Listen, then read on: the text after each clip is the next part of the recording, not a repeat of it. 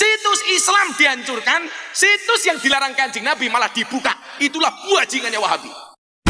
Assalamualaikum warahmatullahi wabarakatuh. Teman-teman, kita bertemu kembali di channel Cahaya Hidayah. Nah teman-teman, jadi di video ini saya akan membagikan video yaitu tentang terkait Gus Miftah kembali, yang dimana Gus Miftah ini baru-baru ini yaitu menghina yaitu ustadz-ustadz yang dituduh sebagai Wahabi. Jadi dakwah Salafi ini berkembang di Indonesia ini dituduh sebagai dakwah yang radikal, yang suka mengkafir-kafirkan.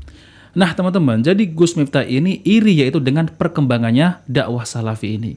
Karena dakwah Salafi ini ya mudah diterima oleh masyarakat.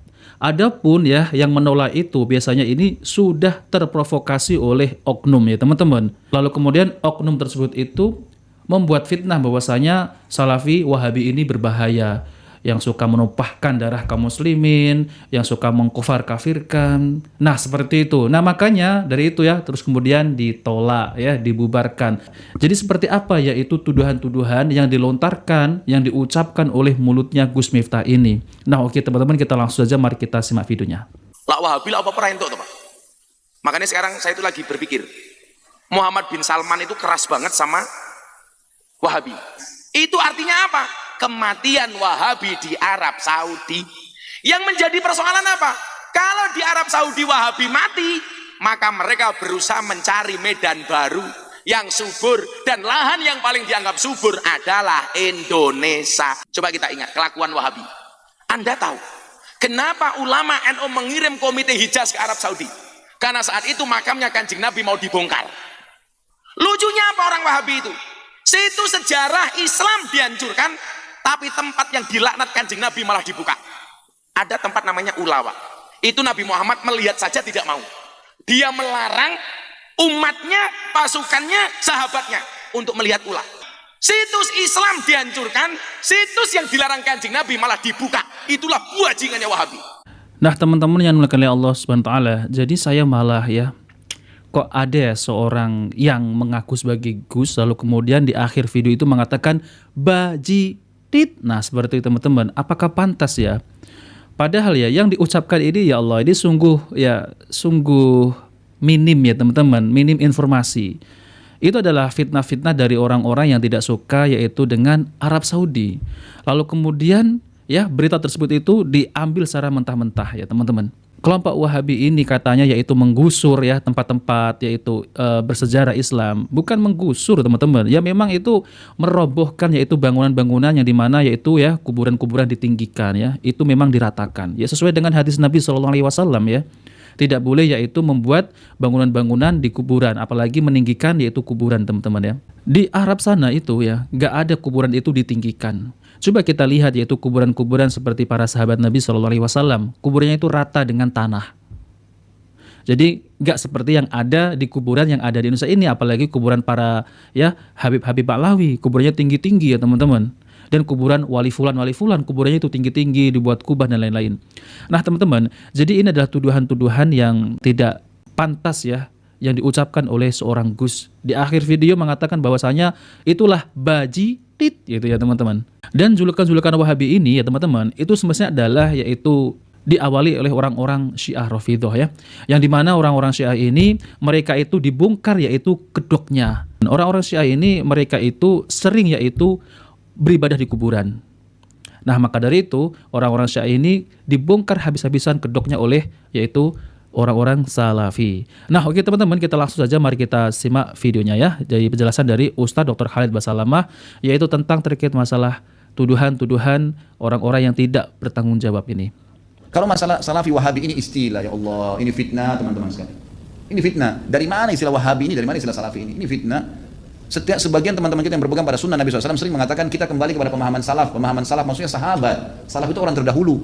Dikatakan pesantren salafiyah, pesantren yang dulu tradisional, gitu kan? Jadi itu pemahaman kembali kepada salaful ummah. Hanya itu. Begitu dikatakan kembali kepada salaf sahabat, oh ini kelompok salafi namanya.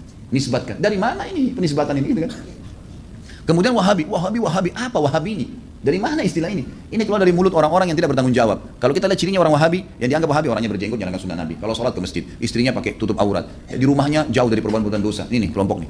Diolok-olok Wahabila, Wahabila. Saya pernah dimasukkan dalam grup, gitu kan? Saya lihat semuanya disatuin. Teman-teman dari semua ormas ada, termasuk nama saya masuk di situ. Banyak, mungkin ada 80 atau 100 orang ustadz, kiai dan seterusnya. Baru saya masuk di situ saya sudah baca. Ah, ini banyak ustadz Wahabi di main-main gitu. Tulisannya pakai O. Wahabila ini. Oh, ini Wahabi ini suka tolak salawat, suka tolak zikir, suka tolak doa. Saya berpikir kalau saya mau tanggapin, ini 80 orang, 100 orang di situ, kemudian akan habis waktu saya menyita di situ. Sudahlah, saya keluar, minta maaf, saya nggak ada urusannya di sini, saya keluar. Karena yang bilang orang-orang yang pernah belajar di Saudi, teman-teman benci sama zikir itu siapa? Anda yang fitnah itu. Gimana caranya? Orang yang belajar di Madinah, di Masjid Nabawi, di Mekah, zikir kepada Allah. Bahkan mereka paling banyak zikirnya kepada Allah.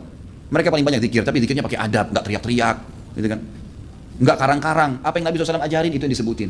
Adab sama Allah. Subhanallah, subhanallah. Dilakukan, bukan tidak dilakukan. Tapi tidak ada alhamdulillah.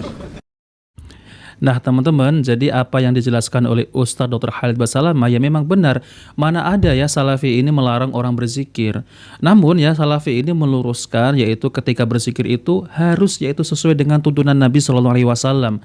Tidak seperti yang video yang kemarin itu ya, zikir sambil loncat-loncat, zikir kok sampai kesurupan, zikir sampai geleng-geleng, sampai kayak orang gila ya teman-teman ya. Nah itulah ya yang dilarang teman-teman. Jadi kalau zikir sesuai dengan tuntunan Rasulullah SAW itu tidak dilarang, bahkan itu adalah sesuai dengan sunnah ya teman-teman. Ya, maka perbanyaklah berzikir. Nggak ada yang melarang berzikir, apalagi Salafi ini melarang solawat. Ya, dari mana melarang solawat? Yang dilarang, yang diingkari itu adalah solawatan yang seperti konser musik berkedok solawat ya, solawatan rame-rame sambil bermusikan, yaitu sambil dugem, itu ada teman-teman ya. Itu banyak video-video yang beredar di media sosial tuh banyak sekali, gak terhitung. Kita itu gak melarang solawat, silahkan mau solawat sebanyak-banyaknya, silahkan ya teman-teman. Namun solawat itu sesuai dengan tuntunan Nabi. Jadi nggak ada yang namanya ya konser solawat rame-rame diiringi dengan musik ya. Banyak kalau kita bisa lihat video-videonya teman-teman ya. Coba mari kita lanjutkan ya. Dibaikkan main-main, Allahu apa ini? Ini apa ini? Ini kalau zaman Umar sudah diketuk semua kepalanya nih. Ngarang-ngarang gitu kan. Oh ini benci sama doa. Siapa yang bilang benci doa teman-teman sekalian? Antum nggak dengar tuh bagaimana Syekh Sudes berdoa sampai hampir 1 jam kalau sholat kunut? Itu dikatakan tutup pentolannya Wahabi katanya. Baik berdoa kunut 1 jam sampai orang semua pada menangis seluruh dunia, antum bilang itu Wahabi. Ini subhanallah nih. Benci doa itu namanya ajib. Sesuatu yang aneh gitu bagi saya. Tuduhan-tuduhan yang tidak beralasan sama sekali. Nggak beralasan nih. Yang penting dari Saudi Wahabi gitu kan. Saya sampai waktu mau berangkat ke Saudi, awal saya mau belajar tahun 90. Teman-teman ayah saya sempat dipesan dari kota Makassar, Khalid, nanti kamu ke Saudi, ambil ilmunya tapi jangan jadi Wahabi. Baik, saya berangkat 6 bulan pertama teman-teman sekalian, semua guru yang masuk saya ketakutan lihat. Ini Wahabi nih. Apa ini Wahabi nih? Mau yang menakutkan ini. Kena wanti-wanti begitu. Lama-lama setelah guru masuk, setiap guru masuk di Madinah, wallahi saya bersumpah sama Allah teman-teman sekalian, tidak pernah ada sebutan nama Wahabi. Saya tidak pernah dengar kata-kata Wahabi dari mulut mereka. Wallah, yang ada cuman qala Allah, qala Rasul. Allah berfirman, Rasulullah bersabda. Wallahi, saya sumpah di sini atau di masjid ini memang begitu ajarannya. Begitu ajarannya, qala Allah, qala Rasul, qala Allah, qala Rasul selalu. Atau diikuti dengan penjelasan Ibnu Abbas, sahabat, Ibnu Umar, sahabat. Nih pemahamannya mereka. Ini pemahamannya sahabat tentang ayat ini, tentang hadis ini. Itu yang kita pelajarin. Dan kalau ada masalah fikih didatangkan 4 mazhab semua. Imam Syafi'i bilang begini dalilnya, Imam Ahmad bilang begini dalilnya, Imam Malik bilang begini, Abu Hanifah begini dalilnya. Jelas, semuanya begitu. Setelah 6 bulan saya berpikir, kok saya harus ya takut dengan orang-orang seperti ini? Ilmu semua disampaikan, gitu kan? Ilmu semua. Dan bagaimana mempertemukan antara ambil ilmunya, jangan jadi Wahabi. Bagaimana memahami? Saya nggak nyambung gitu. Gimana caranya? Gitu. Teman-teman sekalian, saya kasih jawaban secara akal sehat. Rasulullah SAW lahir di mana? Di Mekah. Ya, 13 tahun fase turunnya ayat-ayat Makkiyah di mana? Di Mekah. Baik, setelah itu Nabi SAW hijrah ke Madinah. Berapa tahun Nabi di Madinah? 10 tahun. Sampai meninggal kan? Kuburannya ada di sana. Demi Allah, Mekah sama Madinah markas Islam. Ada orang mengatakan itu markas Wahabi, markas ini tempat Nabi mu lahir dan mati. Gimana sih? Lalu dikatakan itu ajarannya tidak benar, yang sesat. Padahal kalau kita duduk di majelisnya ulama, ini Rasulullah bersabda, ayat Al-Quran dalam surah ini, selalu itu. Silakan saya tantang siapapun teman-teman sekalian. Bukan tantang. Saya ajak Anda kalau lagi umroh yang mengatakan Wahabi, tolong Anda datang ke Masjid Nabawi, Masjid Haram Mekah, duduk di majelisnya salah satu ulama situ. Coba dengar apa yang mereka bilang. Coba jangan, atau mau bertanya silakan. Pasti mereka jawab hukumnya kalau Allah berfirman surah ini, Rasulullah bersabda begini. Itu isinya. Itulah yang mereka bilang Wahabi. Ini kemurnian agama teman-teman sekalian. Dan kalau Anda tidak pertahankan kemurnian agama, lalu siapa yang mau pertahankan? Ini aneh sekali gitu. Ini luar biasa, harus diluruskan. Mudah-mudahan Allah berikan hidayah. Banyak orang Islam yang tidak faham, ya, dia kukunya masih panjang, sholatnya masih Senin Kamis, ikut-ikutan Wahabi juga. Bukannya belajar, bukannya nanya, malah ikut-ikutan. Ini fitnah di tengah-tengah kaum muslimin. Nah, teman-teman yang dimuliakan oleh Allah Subhanahu wa taala, jadi itulah ya penjelasan tentang terkait masalah tuduhan-tuduhan oleh Gus Miftah ya, teman-teman. Jadi Gus Miftah ini yaitu membuat umat ini bingung ya. Padahal ya teman-teman ya, dakwah ustadz-ustadz salafi ini ya, yang dituduh sebagai wahabi ini, isinya qala Allah, qala Rasul, Allah berfirman, Rasulullah bersabda, seperti itu teman-teman ya. Namun ya teman-teman ya, mereka itu gerah yaitu dengan perkembangannya yaitu dakwah salafi. Lalu kemudian ketika ada seorang ustadz ya yang diundang untuk berceramah di masjidnya mereka itu, lalu kemudian dikompori, diprovokasi ya umat itu untuk menghentikan, untuk membubarkan.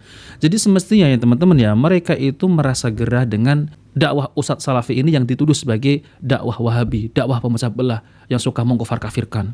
Jadi seakan-akan ya dakwah salafi ini seperti momok yang menakutkan gitu ya teman-teman ya. Padahal ya teman-teman ya, tuduhan-tuduhan mereka itu yang mengatakan bahwasanya melarang solawat. Gak ada yang melarang solawat. Nah seperti ini teman-teman ya, yang dilarang solawat oleh orang-orang yang dituduh sebagai wahabi ya.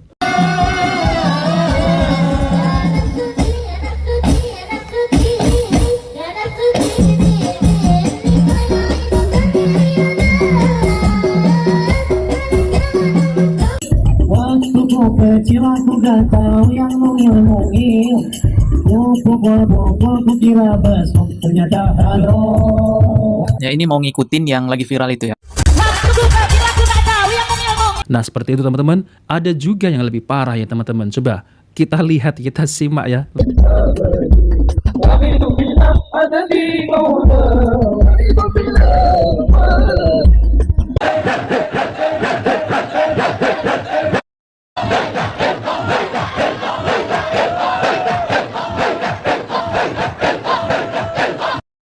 Nah teman-teman ya, bagaimana ini konsepnya ya, zikir kok semacam ini ya, sampai kesurupan ya, lalu kemudian tempatnya itu bercampur antara laki-laki dan perempuan. Inilah ya zikir yang diingkari oleh yaitu dakwah salafi ini, yang dimana dakwah salafi ini mengajak umat untuk kembali kepada tuntunan Nabi Shallallahu Alaihi Wasallam ya. Jadi enak kok kalau kita itu kembali kepada tuntunan Nabi Shallallahu Alaihi Wasallam ya teman-teman, kembali kepada sunnah Nabi itu enak, nggak memberatkan ya teman-teman. Zikirnya itu dengan memiliki adab ya, nggak teriak-teriak semacam ini sampai kesurupan. Ya Allah, ini ajaran siapa ya?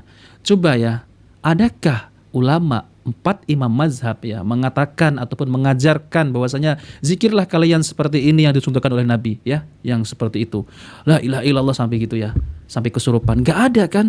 Nggak ada. Lalu kita itu mengikuti siapa gitu ya teman-teman? Coba kita pikir ya, adakah Rasulullah zikir seperti itu? Adakah para sahabat zikir seperti itu? Itulah yang diingkari zikirnya yang semacam itu ya teman-teman. Nah oke teman-teman, jadi itu saja yang ingin saya sampaikan ya. Bahwasanya fitnah-fitnah dari Gus Miftah itu fitnah yang murahan ya teman-teman. Sampai sekarang ya dakwah salafi ini ya yang ada di Arab Saudi tetap masih eksis ya teman-teman ya. Tetap masih sama seperti dahulu. Nggak ada matinya teman-teman ya. Nggak ada habisnya dakwah salafi ini. Di sana itu ya tauhid ditegakkan, hukum Islam ditegakkan.